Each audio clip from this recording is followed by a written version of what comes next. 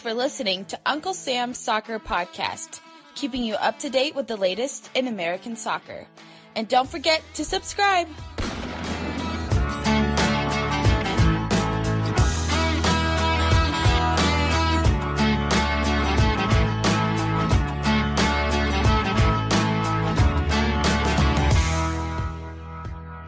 Hello, everyone, and welcome to Uncle Sam's Soccer Podcast. I'm Jake Watroba, and with me today, down in Dallas, Texas, is Arman Kafai, and in Madison, Wisconsin, Steven Jodaran. Make sure you follow us on Twitter at UncSamSoccerPod. Make sure you subscribe to us on iTunes, Spotify, and any other major podcast streaming platform. Make sure you leave us a good review. We only accept 5-star reviews. On this week's episode of the show, we break down MLS playoffs, and we look ahead to the conference final matchups. Plus, we'll also have an installment of the counterattack with yours truly, Jake Watroba. Now, let's get to today's show.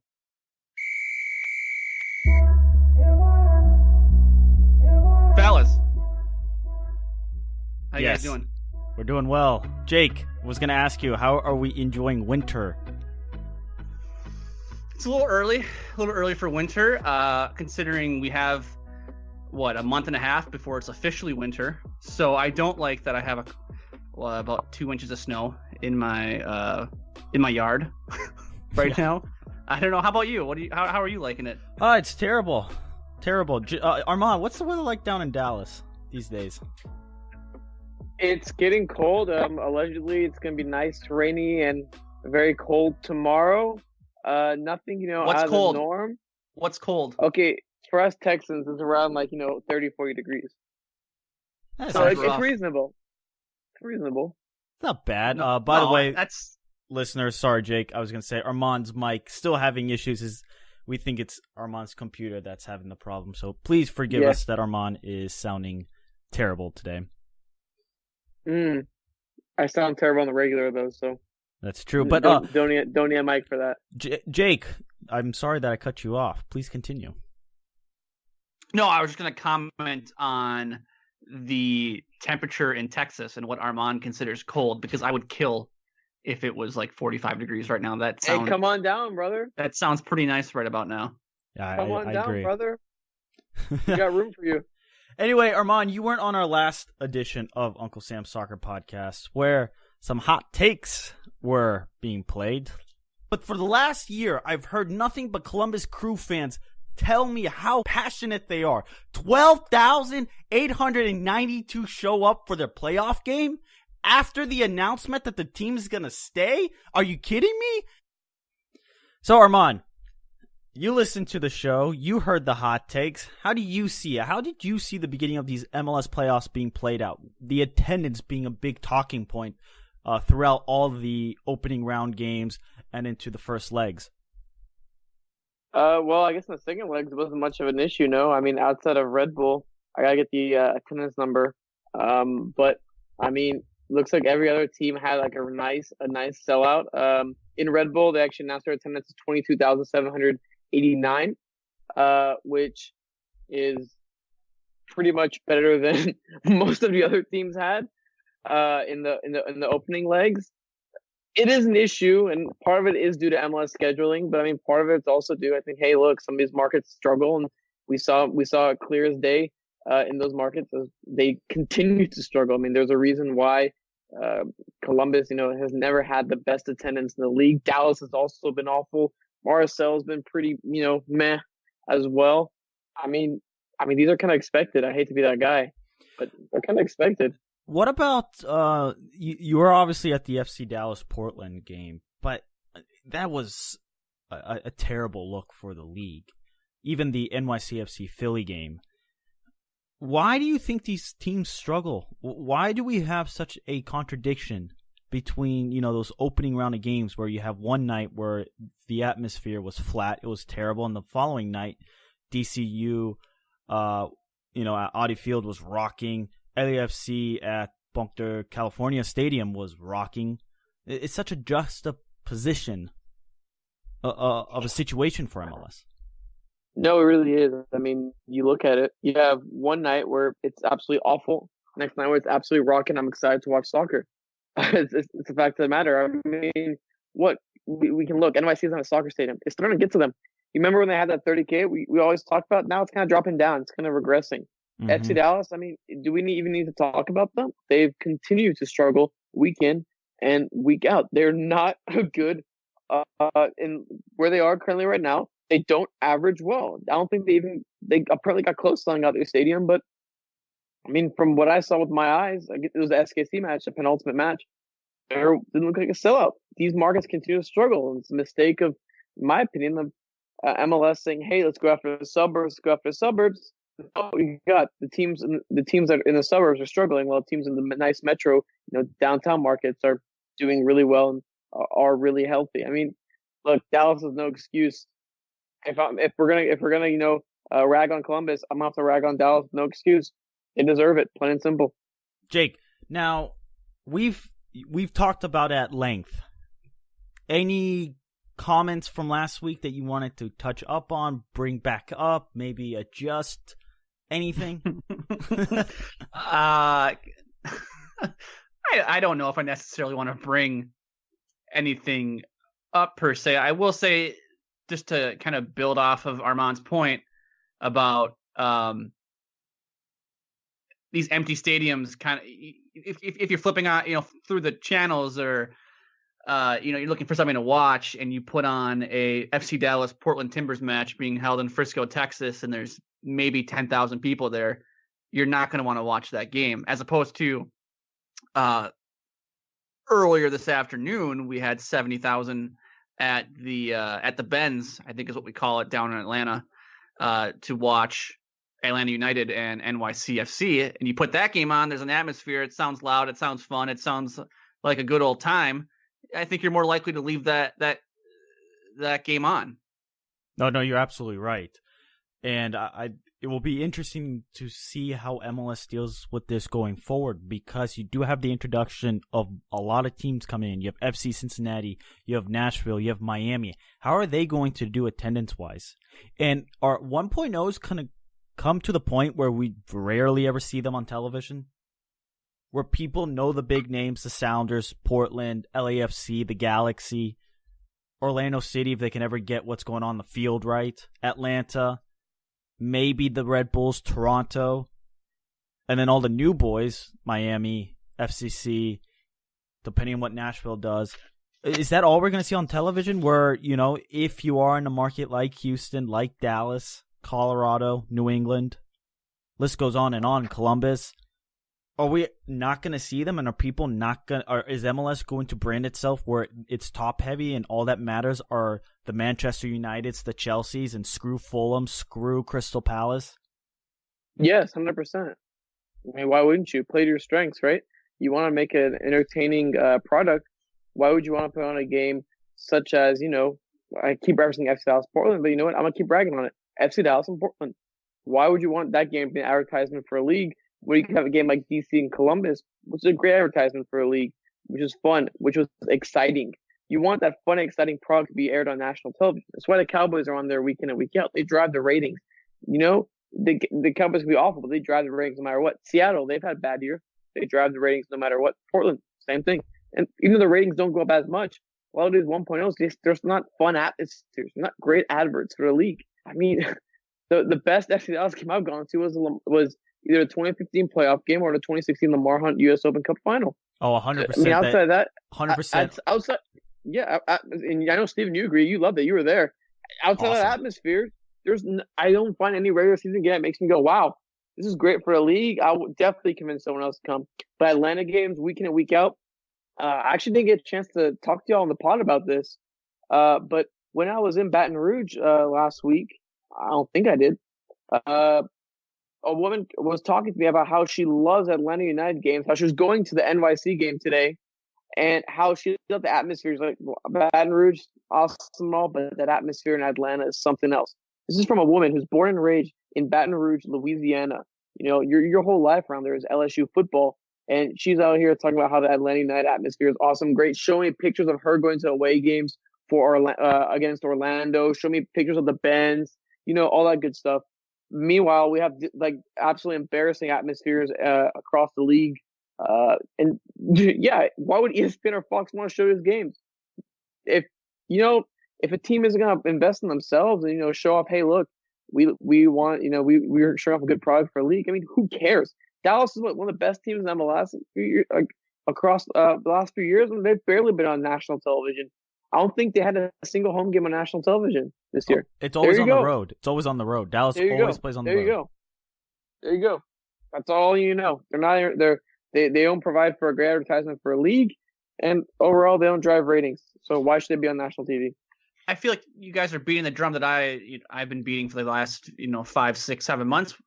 At least since I've joined the show, is that MLS needs to do a better job of just marketing the atmosphere rather than the game itself. And like you're saying, why put why put an FC Dallas home match on TV when you can put a Atlanta United home match on, or a LAFC home match, or Portland or Seattle, or even SKC. I know Minnesota United is bad, but I feel like the atmosphere of the Minnesota United matches are even pretty good for a bad team in a football stadium. So it just doesn't make any sense to put Columbus Crew, FC Dallas, New England on national TV any given week. Just wait. What did Warshaw say when we talked to Warshaw? He said he thought the gateway drug was the atmosphere, was actually going to a game. Well, how do you pull someone to go to the atmosphere? Well, I don't know. Try to advertise the atmosphere in the game and make it, oh wow, this looks really fun. It's really exciting. I don't know. It's a really just bizarre. It's a really out there thought. Send us your comments, Unc Sam Soccer Pod, and now let's introduce the new segment.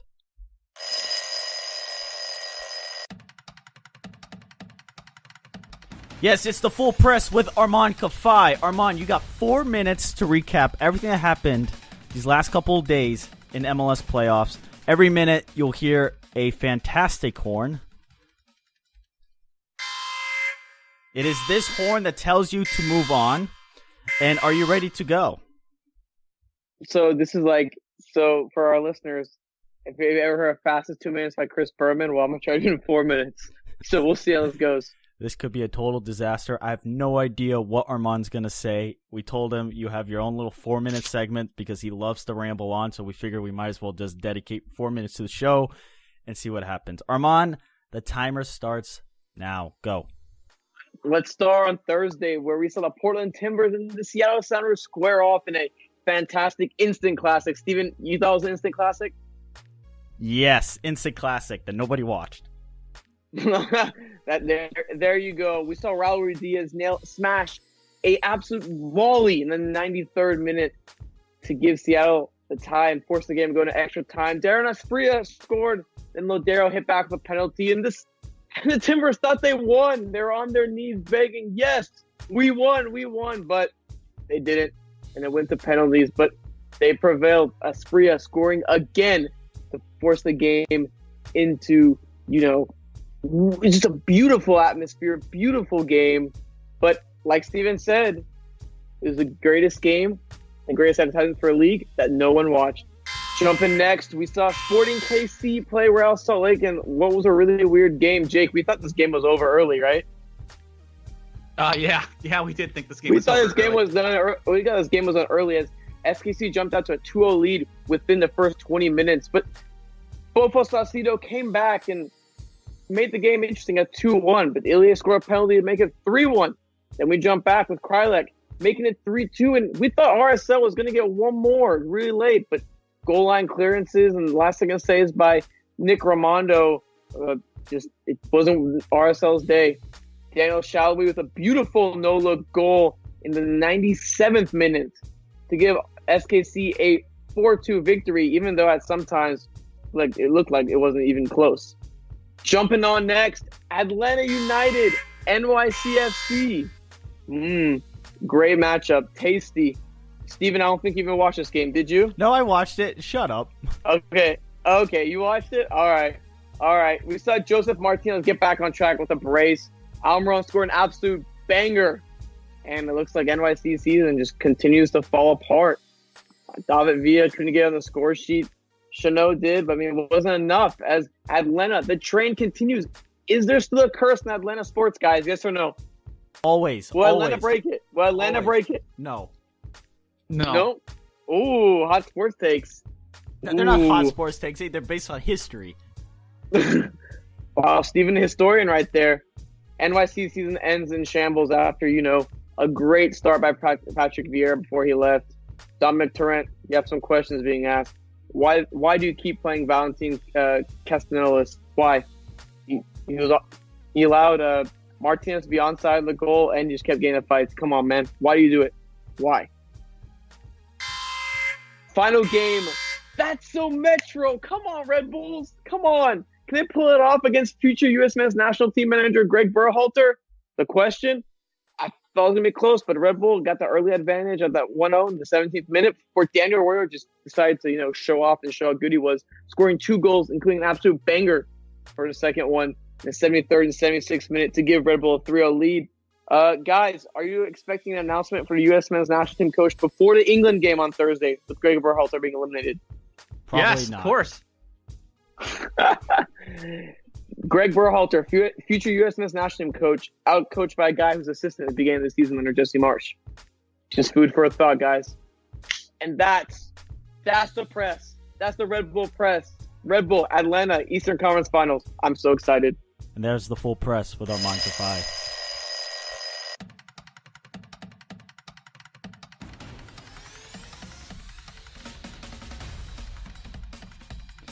Alrighty, boys. So what do we think of the games that got played out? Let's start with Thursday's Seattle-Portland. Can somebody explain to me why they started so late? Like, I get it. It's West Coast, bro. I know it's West Coast, but what are you doing alienating half the country? This is a marquee matchup, right, Jake? Yeah. Mr. Fake rivalry? Yeah, I don't understand why they didn't start it like an hour earlier. It would have been nice. It would have been nice. Not sleep at midnight. Midnight. God, I was closer to 1 a.m. Extra time didn't end. It was almost 1 a.m. The shootout didn't end until after 12:30 Central Time. So it would have been a lot nicer for the game to start at 8:30 if you're living in the Central Time Zone, 9:30 if you're living in the Eastern Time Zone. I don't understand how they couldn't have made. They couldn't have made that work. I guess even 30 minutes earlier would have helped. Yeah, anything would have been nice. But then again, too, I guess if you're out west, a 6:30 start or a 7 o'clock start, trying to get into downtown Seattle, I don't know how big of a pain that is. But it sucked. But it was a fantastic game, no? I thought it was a great game. It was really kind of for the first 70 minutes, and then it really ramped up with all the crazy crap that happened. Hashtag MLS Playoffs. What do we know? And then the game Sunday. Now, Arman, you obviously highlighted that all those games, but this unpredictability of MLS. Do we find this as a good thing, a positive? The fact that, you have RSL poking the bear. Oh, can they swing it? You had the same deal with Portland, Seattle. At one point, you really didn't know who was going to win. NYCFC, I guess, scores one, makes it a little bit interesting. The Red Bulls, they just dominated. So one game that, kind of was, well, that's over.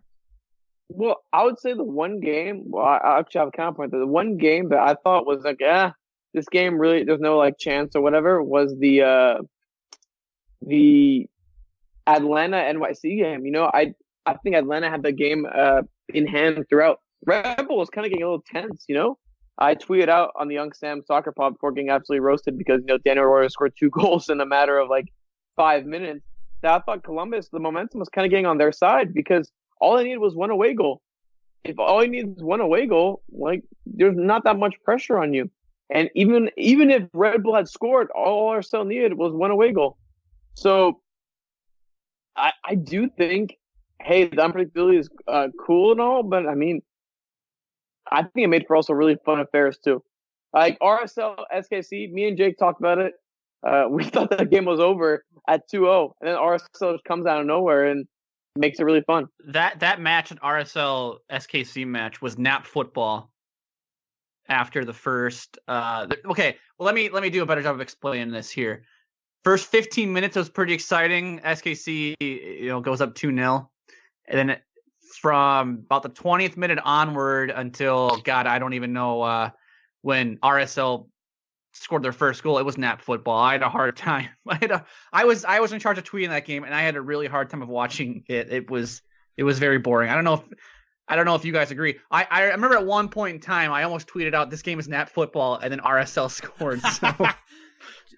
Let me tell you, listeners, in our group chat here at the show, Uncle Sam Soccer Pod, follow us on Twitter, Uncle Sam Soccer Pod, give us a 5-star rating. Jake will make predictions, and for some reason, he always jinxes them. It is always the jinx of Jake. Hey, they're not going to score here, or the Vikings are going to do this. Turns out to be the opposite. Always, no matter what the sport is, who is playing, where the game is, it always goes against Jake. I jinxed LA Galaxy 2 weeks ago when they were up 2-0 at halftime, and I basically said, "Well, this game's over," and then that was at halftime, and then they ended up losing 3-2. That was it, but I mean that game was kind of unpredictable, man. I honestly had Galaxy pencil into playoffs, and nothing it wasn't meant to be. I guess. I mean that collapse was pretty terrible, pretty out there. I don't think anyone else was expecting it. But let me ask you something, guys. I watched all 3 games like a true MLS fanboy, but I know y'all watched bits and pieces. Who do you think was the most impressive team? Well, this round? Moving forward. 538 has it a dead even to make MLS Cup between Atlanta and Red Bulls in the East, and then Sporting KC is a 65% favorite to 35% of Portland. And to win MLS Cup, it's a toss-up pretty much between Atlanta and Red Bulls, getting 36 and 35% of the share. So as far as being impressive today, I don't know. I think Atlanta showed a real backbone after the collapse at the end of the season. And, the Red Bulls, there was pressure on the Red Bulls, believe it or not because they were down in the series, just because they haven't done well in the playoffs the previous 5 years. They won 3, this is 3 Supporter Shields in 6 years. But what did we talk about, 2 weeks ago? The Supporter Shield means nothing. And now that you have Atlanta versus Red Bulls in the East, this is really what MLS Cup is all about. The winner of this is playing for MLS Cup pretty much. I think both of them are single-handedly the favorite versus Sporting KC or Portland. This is like the European Championships when France played Germany in the semifinal round, and the winner was going to play Wales or Portugal. But everybody knew the real, battle for the European Cup was between Germany and France. And that, it was the semifinal that was really the real final, or should have been the real final. I think this is a repeat. Now, I don't know if Portland or Sporting KC will go on and win it. They possibly could. But Atlanta and Red Bulls really stuck out to me because it's kind of like these 2 teams are single-handedly the best in MLS. They're neck and neck, and they're significantly better over the course of the regular season, Sporting KC and Portland. I mean, do you guys know the point differential between these clubs as far as standing goes? Do you know how much higher they finished?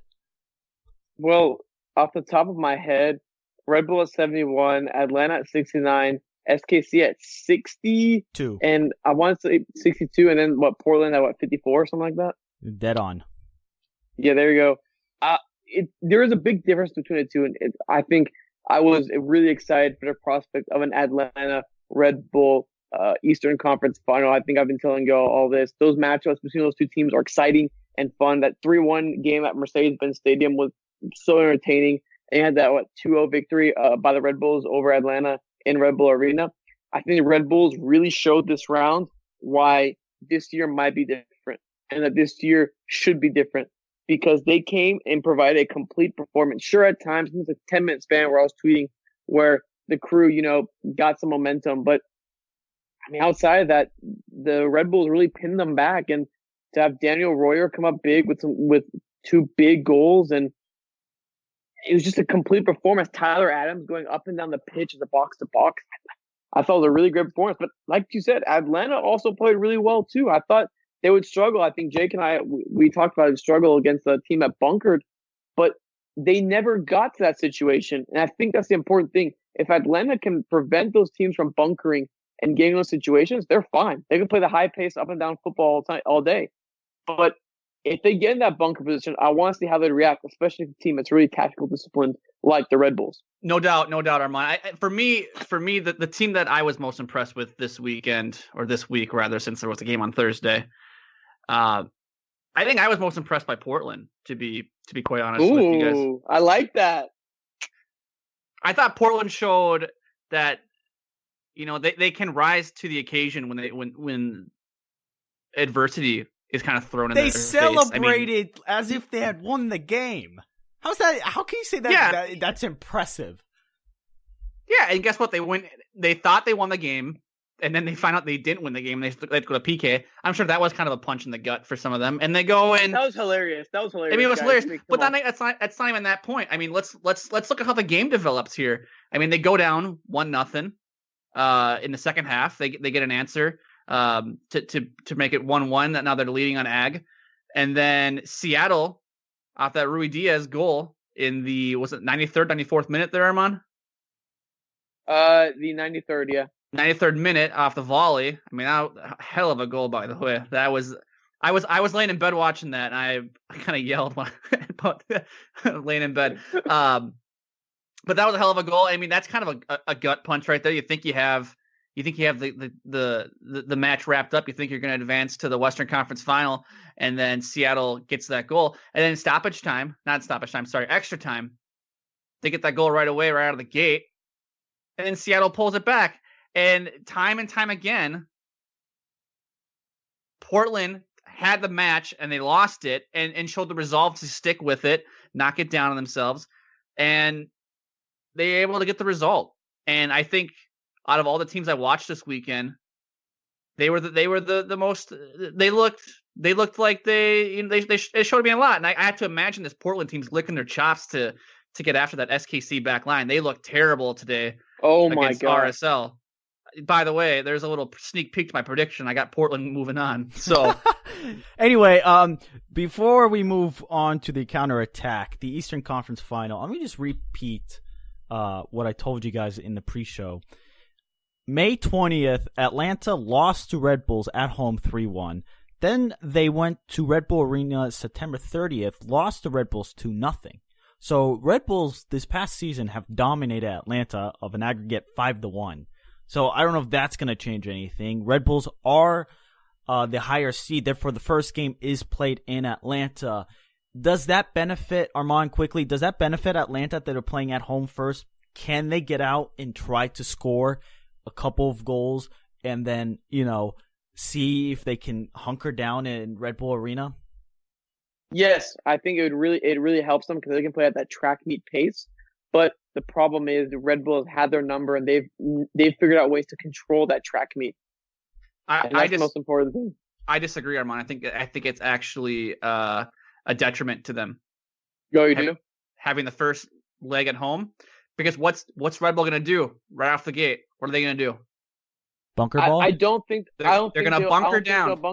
I don't think Red Bull bunker. What Red Bull does is not necessarily a bunker. What they do, what I think they'll do at least, unless Armas those are huge surprises, they'll try to press Red Bull or Atlanta either in Atlanta's half. Atlanta has the ball in their own half, or towards the midfield. They could bunker, and you're honestly probably right. They probably will bunker, but I don't see that. I see them pressing a lot higher up the pitch, trying to force a turnover right there and try and hit them on the counter. But I mean, what we talked about before, the way to beat Atlanta is to hit them on the counter. So I mean, I don't know. We'll see. But that's an interesting point, Jake. You bring up the bunker ball. Meanwhile, the West, Portland and the Sporting KC played to a 0-0 draw June 10th at Providence Park. The return leg, if you want to call it that, August 19th at Children Mercies Park. Sporting KC dominated a 3-0 win over Portland. All right, the coaching matchup, Armand. Peter Vermeens, been there, done that, versus Gio Savaresi, who's a rookie head coach. Is this a significant point going into this Western Conference Final? I don't think so. I think a more significant point is more of how bad SKC looked for that last stretch in the second half versus Portland's momentum going into the match. Portland's on a high. SKC, you can say they're on a high, but not really. They look at that matchup and saying, wow, we almost blew that game, while Portland's coming in saying, yeah, we came on the road and pulled off a very big upset. It'll be really interesting to see, especially that midfield matchup. Valeri, Blanco, Diego Chara, up against Ilie Gutierrez, and whoever they want to put in the third. Some of his Crozet, but I don't think it will be. Should be a really interesting dynamic between those three, especially with Diego Chara and the impact he can bring from the midfield. But I don't think coaching will be as big of an impact as just, I guess, recent form. That's the right word? Yeah. Jake, do you want to tell the listeners the dates for these games? Because we do have an international break to pause everything right up here regarding MLS Cup playoffs. Sure. I believe, if memory serves me correctly, not just thinking off the top of my head here, I'm not actually looking at it. I believe the first leg is November 25th, which I believe is a Sunday. The match is the Atlanta-New York match starts at 5 o'clock with the Portland SKC match starting at 7:30. These are Eastern times, by the way. Then second leg, you're gonna love this, Steven, because you love MLS net scheduling. Second leg will be it's November. A work of genius. It is a work of genius. Second leg will be November 29th, with the first match being Red Bull Atlanta. That'll be at 7 p.m. following with Kansas City and Portland at 9:30 p.m. Oof. Be a rough weekend night. There you go. Well, we'll talk more conference finals next week. We'll get a couple of fantastic guests. We've had them on the show before. Small little tease there for you. But let's get to the counterattack with Jake Watroba. Fast-paced, shifty movement, brilliant skill. It's the counterattack with Jake Watroba.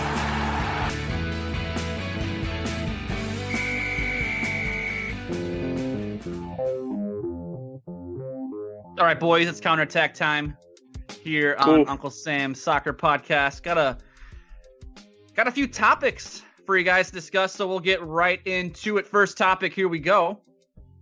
Let's talk about the midterm elections. What? No, I'm just kidding. That was a knuckleball right there. Curveball, yeah, Jake. man, I was about to get my 538 Nate Silver predictions going on, man. I'm just kidding. I got you guys. I got you good, didn't I? Yeah, man, sure. That was good. I was like, where are you going with this, Jake? Stop it right now. I mean, if you want me to, I can tie soccer into the midterm elections. We can talk about Miami getting the vote for the stadium, San Diego, land, and we can talk about San Diego, that whole thing falling through. If you want to talk about that, but we're not going to, because that's not sexy. That's not sexy, and we're about sexy here on Uncle Sam's Soccer Podcast. All right, here we go. First topic, we're going to talk a little U.S. men's national team. Let's take it to our boy Grant Wall of Sports Illustrated. You guys love Grant Wall. Grant Wall tweeted on November 8th. That was, 2 days ago, Thursday? Hearing U.S. Soccer is in the final stages of its men's national team coaching search, is hoping to make an announcement by the end of 2018. Guys, given I think you've you asked this early in the show, Steven, but with the Columbus Crew being eliminated tonight, are we going to hear an announcement this week? No, it was Arman that said before Thursday that we're going to get the new coaching search is going to be complete and have the new head coach named. Arman, Greg Berhalter doesn't know how to play tournament football, but I don't know. After the showing he had at Red Bull Arena today, I have my second doubts, man. I really do. We wait a year for Greg Berhalter. That's not what should happen. The reason why I say Thursday is because the United States plays England in that Wayne Rooney testimonial match on Thursday. So, I mean, I feel like it would make a lot of sense if they announced it either on Thursday or before. Are we expecting to see Berhalter? I really think so. I think they see him do a lot with nothing, and they hope that he can do that with the U.S. men's national team. I just hate that we waited over a year for this guy. We could have hired. I think he's the easy hire you can make, in February or something like that. Why wait a year for an MLS coach that got bounced out of the Eastern Conference semifinal against a guy who's at the beginning of the season? Come on, man. I agree. This is dumb. U.S. men's national team coaching search has been a joke. Absolute joke. Why wait all this time for that? moving on. Speaking of jokes, let's talk a little NYCFC. I guess this isn't really a joke, actually. It's actually kind of embarrassing, to be quite honest with you. Christian Arreos of the Athletic NYC tweeted this earlier today following the NYCFC Atlanta United match. Dominic Torrent, the head coach of NYCFC, said to Christian Arreos, P-word being the expletive here, you can figure it out, disaster. I don't know how to say it in French. I'm assuming it's French. Or as best translated given the context, you effing disaster. My way 3 times. Earlier, he stopped his answer to ask me what I thought of Burgett's performance, and also said I was a clever man for asking why Burgett was left off and Castellanos subbed on. Guys, what are your takes here on Dominic Torrent's comments towards Christian Arreos? You're fired. That's it. That's all I have to say. That's a weird interaction. You disaster. You bleeping disaster. You bleeping disaster. You're a clever boy for asking about not putting in Joey and Burke. Come on, man. It's embarrassing. Torrent has been really as coach at NYCFC. I think he felt the heat get to him in that moment. Do you think they keep him for one more year? I don't know. He's fired. Out. See ya. Can't say that word. I don't think so, Steven. Can't say that word. You cannot say that word. You're gone. It's the same organization that financially dopes. Well, this is also the same organization. This is also the same. Sorry, here to cut you guys off. This is also the same organization that hasn't really done too much to deal with its Nazi problem in the stands. So 100% fair point, Jake. So probably not going to get fired, even though he should be. Yeah, probably not. Let's move on here. Let's go to the final subject of the counterattack. All right, let's talk a little USL Cup. Louisville City FC versus Phoenix Rising FC. Louisville won. It was Didier Drogba's last game. You guys both watched the match. I watched the match, a little bit of it, flipping back and forth between some things. What were your takes on the match? I mean, Louisville was playing at the University of Louisville soccer stadium. It looked like had a decent crowd there. Was much louder than the FC Dallas crowd we saw a week ago. What were your guys' take, like just in general, like maybe like on the game, on the talent drop off from MLS to USL? Give me your guys' thoughts. Well, Jake, can you answer me this? Did the winner, because they're second division, get promoted? Is that how it works? This is the only time I can remember the second division winner winning back-to-back titles and not also winning promotion. Oh, okay. No, on a serious note, I think the game was fun to watch. Yeah, the talent drop-off is significant to MLS, and we get spoiled with MLS, even though many of us, including myself, complain a lot about the talent level in the league. It was a fun game. It was cool to see Drogba, 40 years old, trying out there to win a cup. The fans were on top of it.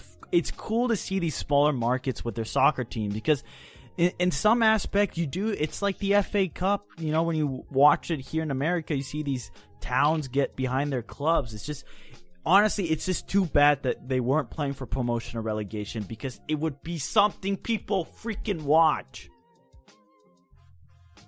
/nrant-Steven Dodderin.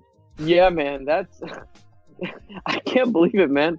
They won back-to-back titles. They still can't get promoted. And what Louisville City is doing is right.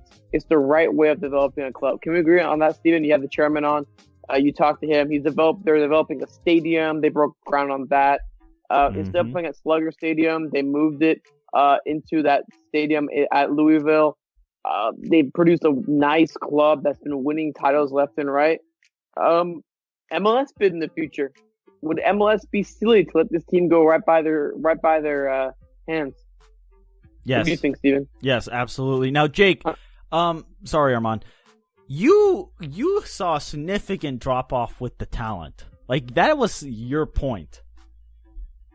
I did. I want to answer Arman's question first. MLS will not allow Louisville City to be an MLS club. It's too close in proximity to Cincinnati, if I remember correctly. Cincinnati? Does not make any sense for MLS. You mean Nashville? or Nashville, whatever you want to say. It's too close. Where's your geography? I don't know. I'm looking at a blank Word doc or a blank Word document right now, not a map. I'm not Rand McNally. Sorry, I'm not sure if you get that reference. In terms of the talent drop off, yeah, it was pretty significant. There were like some of the plays you watch some of these guys make, and it's like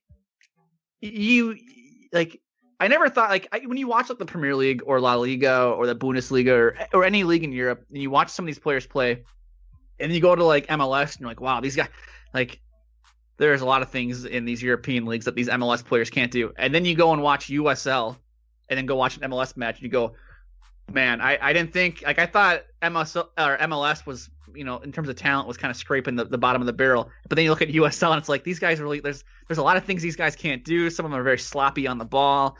They can't really beat anybody off, taking anybody on one-on-one besides maybe a couple of guys. It was very apparent that the second division of U.S. soccer is lacking some. So do you think it's a good place for players to develop? I would say, for a young player, I don't see why not.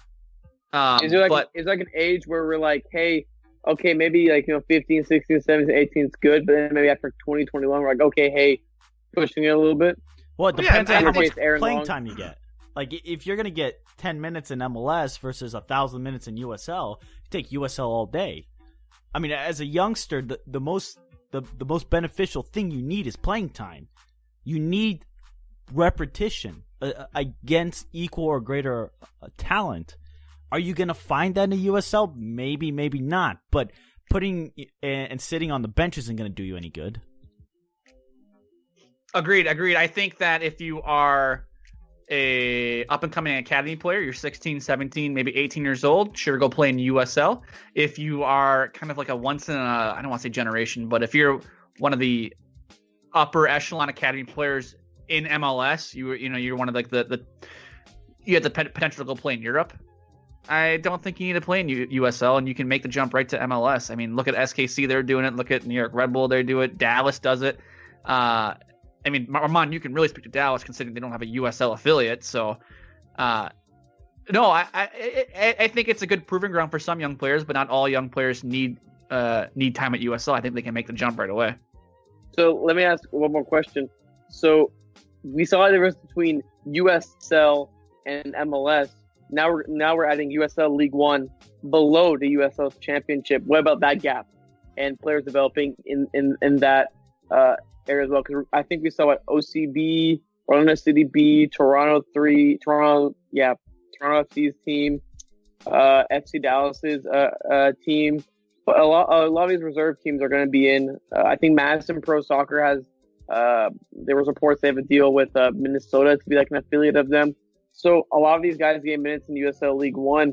Do you guys still believe in, hey, minutes are minutes no matter what? Or is there a point where you're like, okay, quality matters a little bit? Well, isn't it going to raise with 3 leagues, going to raise everything up? I've spoken to people in the third division, and they all say it's going to be a league that hovers around the ages of 19 to 26. It's still a developmental league. Now, this is talking the third division. So the question is, how is talent going to get fluctuated through the leagues? Like, if you're considered the MVP of the third division, is there a stepping stone to get bought up to the second club? Like, how is this going to work out? Can other clubs have the freedom to buy other players or, make trades for other players? How is this all going to work here? And, if MLS, can these Division 3 teams go to MLS that are not affiliates and be like, give us a loan, we want to loan us this player for the season? Like you see in Europe, Chelsea, Jake, does it phenomenally well, where they are literally loaning out players left and right to clubs all across Europe. How is this going to work within U.S. soccer? Because the affiliate thing, I think, is completely stupid. Because it's MLS is in command of that team, rather than giving the freedom to the individual club and saying, look, I'm on loan. FC Dallas, if you want to recall a player, you're allowed to, but that's it. He's not coming back. Then you got to pay for his wages. Or whatever the deal is. So I think there's going to be problems to that will appear, and it's going to hinder the growth of the sport as far as talent-wise on the field if we do not allow players to actually move through the pyramid. And will MLS look at the lower divisions and spot a 21-year-old and be like, maybe we should give him a chance? Because, they barely do it right now with Exactly. USL. Yeah, I don't know. I definitely think if you're an MLS club, drawing from the USL talent pool is definitely a market inefficiency right now. I do think there are some players in USL that could be good rotational players within MLS. So we'll have to wait and see how that works. That's kind of been the big gripe with USL and MLS is how do you have that? I know everyone likes to use this stupid example, which drives me up the wall. We don't have the Jamie Vardy story with because we don't have promotion relegation. So how are we going to have the U.S. Soccer's version of Jamie Vardy if? Well, I want a Jamie Vardy story from U.S. Soccer, don't you? I don't. Is it like Mark Anthony K? I guess. That's Mark Anthony K. That's right now. That's the closest thing. But for every Jamie Vardy story, think of the thousands of players in England that never amounted to anything. It's just one. It's just one example. I want to shine light on a player on Louisville City who didn't play. I think you guys probably heard his name mentioned a couple times. Cameron Lancaster, man, this guy, he scored. I want to say it was on that Christian Ramirez thing, Jake, where he's like one of the U.S. players that scored one of the most goals in the last 2 or 3 years, but he's never got a call up or anything along those lines. You're going to call him up. I would. Jurgen would. Look. Here's the thing. No, they don't. I know we're going off on a tangent, but they don't draw from this USL talent pool. But you know who did, and you know who benefited from it? Defender of the Year, Aaron Long, went from S2, bounced around, ended up at New York Red Bull 2, and now is a part of the team in the Eastern Conference Finals. It's worked. If you do the right scouting, it's worked. Mark Anthony K was on a tear before he broke his ankle in El Tráfico, the second match. All these guys, they can show out. And, okay, there's some that maybe don't show out. Stefan Pino wasn't that great throughout the last few matches. But at least take a look. That's all we're asking. All we're asking. You're right. Just take a look. Just take a look. That's all we want to know. Anyway, that's it for the counterattack. We rambled on way longer than we should have. The longest counterattack in all of history. Sports. That wasn't. But did we score? Probably. Who knows? Listeners, let us know. Was that even a good counterattack? Uncle Sam Soccer Pod at Arman Kafai, at Jake Watroba, at Steven Jodrand. Yes, MLS playoffs are well underway. Fantastic games. Issues all around. U.S. Soccer. Playing England, international break. We'll be back next week. We'll talk more MLS playoffs with a fantastic guest. He's been on the show before. And yeah, maybe we will actually be talking about a head coach. Maybe not. U.S. Soccer. Have a wonderful week.